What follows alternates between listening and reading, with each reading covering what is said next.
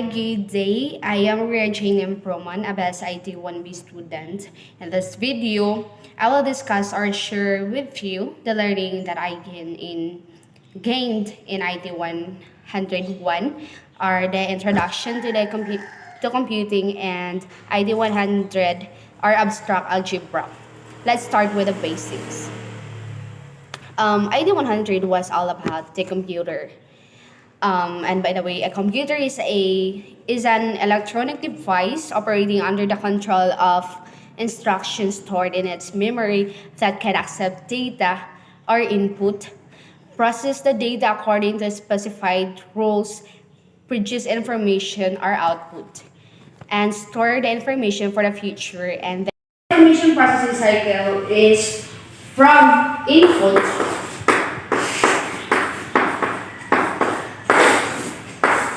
to processing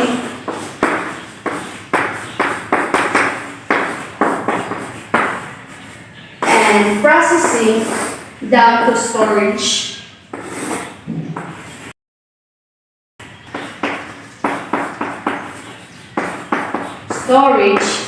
Storage goes to processing, and processing to information.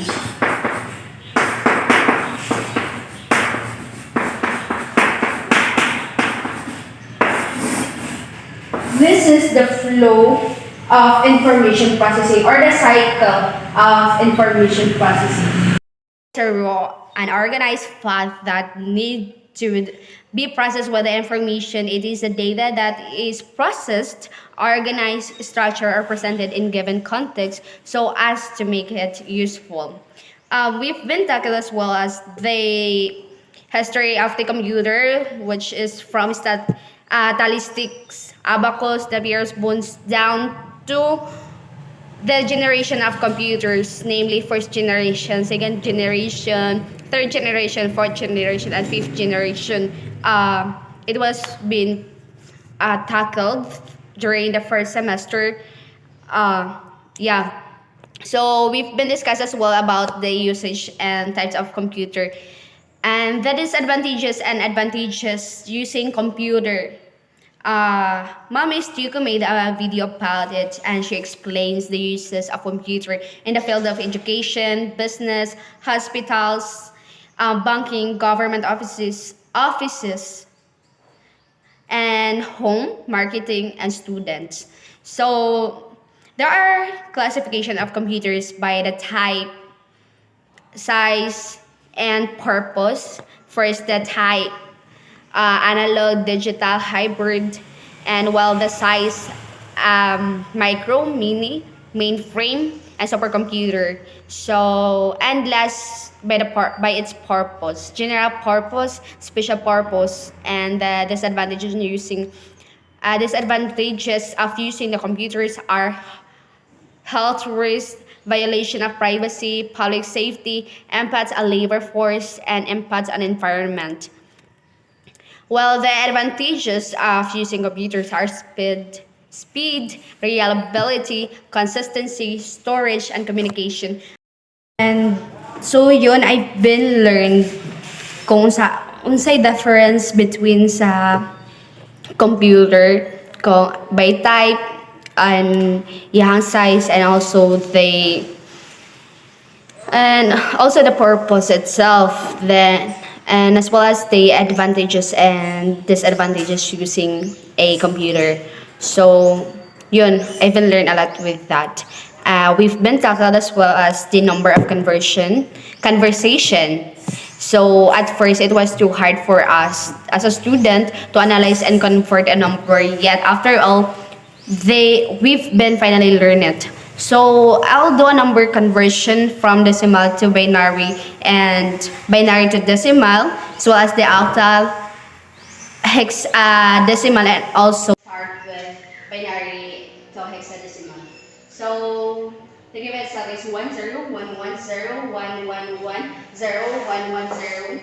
So para makuha natin yung answer, the decimal, ato lang siyang i-multiply ang binary by every number to 2, which is 1 times 2, plus 0 times 2 plus 1 times 2 and so on. So every number 2 you should put a exponent para makuha mo yung answer from 0 to 11. Kaya 11 man kamo ang binary. So imo lang siya i-multiply then add the value. So 2048 plus 0 plus 512 plus 256 plus 0 plus 64 plus 32 plus 16 plus 0 plus 4 plus 2 plus 0 is equals to 2,934 base of 10. So therefore the answer is 2,934 base of 10. And para makuha na ito iyahang decimal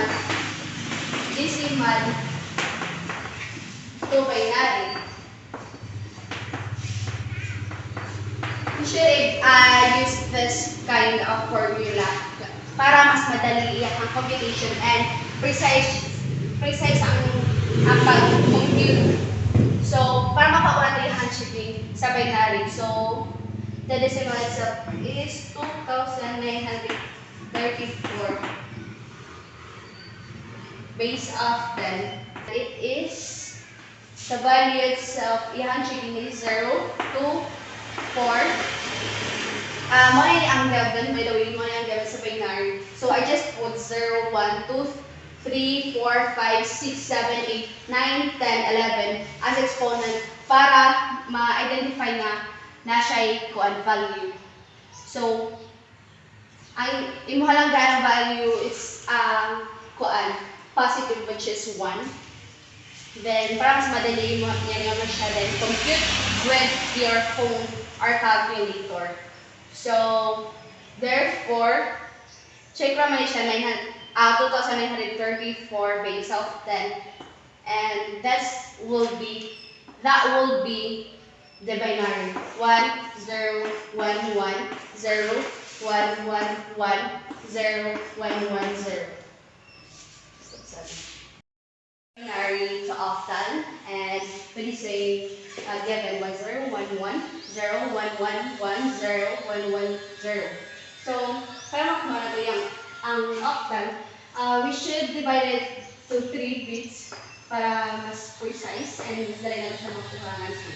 So, and we should put the 101, then multiply it by 2, and then you should put a exponent from 0 to and so on and so forth na pila mabuhay yung binary. So, like for example, 101.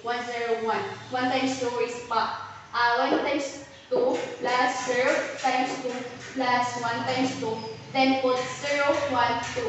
Then, you should have the addition or subtract the multiplication itself. So, 2 raised power of 3 is equals to 4. And 1 times 4 is equals to 4. So, therefore, you want siya i-put down ay ang value. And 4 plus 1 equals to 5. And while they 1, 0, 1, it is the same. So, therefore, our answer here is 5, 5. 5, 5.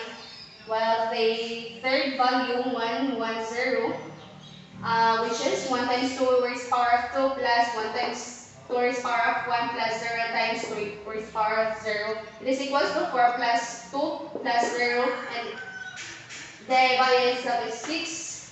And the last one is 1, 1, 0. It is the same with this. So 1 times 2 raised power of 2, it will become 4. So 1 times 4 is equal to 4. And 1 times 2 raised power of 1 is equal to 2. And 0 times 2 raised power of 0 is equal to 0. So therefore the answer is 6. So the binary to octal, it is based off 2. 0, 1, 1, 0, 0, 1, 0, 1, 1. 0, 1, 1, 1, 0, 1, 1, 0 base. With a base of 2, it is equal to 5, 5, 6, 6, or 5,566 base of 10. Base of 8 rather. And that's it. We should have the chipping itself. So, para makapanatoy yung chipping, agay mo siyang i-divide to 3 bits. para mas madali ka. Ganyan na siya ang way. So, we should put an exponent. 1, 2, 3, 1, 2, 3, 1, 2, 3, 1, 2, 3. As 3 letters. So, therefore, 0, 0, and 2, 2 is power of 2 is equals to. Let's check it. So, para makuha natin yung answer, we should put in a value. First, hindi naman yun siya all exponent, but I should use, I'll give them the exponent. 0, 1, 2, 0, 1, 2, 0, 1, 2, and 0, 1, 2, which has a value of 0, 2, and 4. Then 0, 2, and 4, 1, which is every time exponent 0 with a value or a number with a raised to power of 0, it is equals to 1. So 0, 4, and 1, then 0, and 4. So, para makuha natin yung answer, ito lang i-add ang value niya. So, 4 plus 2 is equals to 6, 4 plus 2 is equals to 6, and 4 plus 1 is equals to 5, and 4 plus 1 is equals to 5. So, therefore, nakuha na ito ang answer dito sa binary to octal. And that's it. Let's proceed sa decimal to binary. 141 megabytes, so we should have the base. It is base of 10, it's because it is a decimal.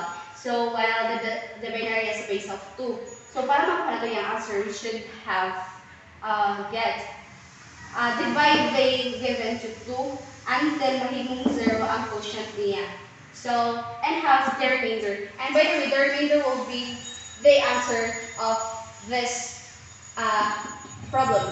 So 141 divided by 2 is equal to 70 and has a remainder of 1. Then while 70 divided by 2 is equal to 35 and has a 0 remainder. 35 divided by 2 is equal to 17 and has 1 remainder. And 17 divided by 2 is equal to 8 and has a 1 remainder. 8 divided by 2 is equal to 4 and have a 0 remainder. 4 divided by 2 is equal to 2, and with this 0 remainder, and 2 divided by 2 is equal to 1 and has a 0 remainder. And 1 divided by 2 is equal to 0, and we have a 1 remainder. So para makuha natin yung answer, we should read this remainder from bottom to top. So therefore, the answer is 1, 0, 0, 0, 1, 1, 0 with a base of 2. And that's it.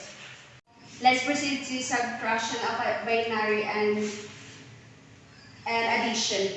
So we've been tackling with this. I did a lot of conversion formula kung saan siya pagkuha, but I'll do this MPS para mas madali ko and to prove na nagit yun na learn sa addition and subtraction of binary. So first, 1 plus 1 is equals to 0, carry 1, and 1 plus 0 equals to 1, and 1 plus 0 is equals to 1, and 1 plus 0 is equals to 1, then 1 plus 0 is equals to 0, 1.